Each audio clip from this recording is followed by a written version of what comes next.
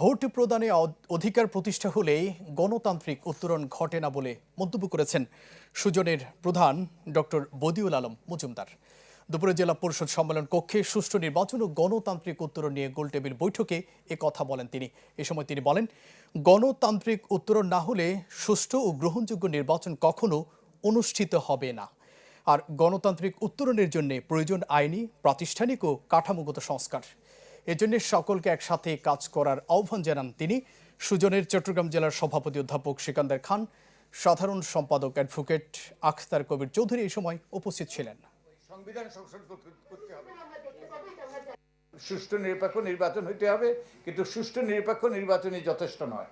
আমাদের গণতান্ত্রিক উত্তরণ হতে হবে, আমাদের গণতান্ত্রিক ব্যবস্থাটা প্রাতিষ্ঠানিকরণ হইতে হবে।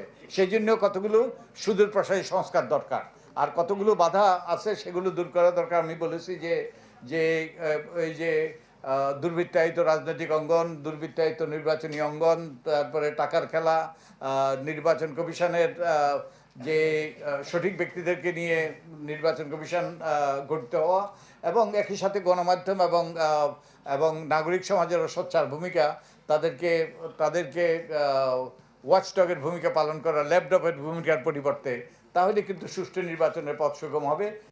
নতুন এবং ফিরে আসা গ্রাহকদের জন্য নগদে চলছে ক্যাশব্যাক সহ প্রতিদিন হাজারো উপহার জেতার সুযোগ। হবে আশা আর ফেরা, সারপ্রাইজ সেরা।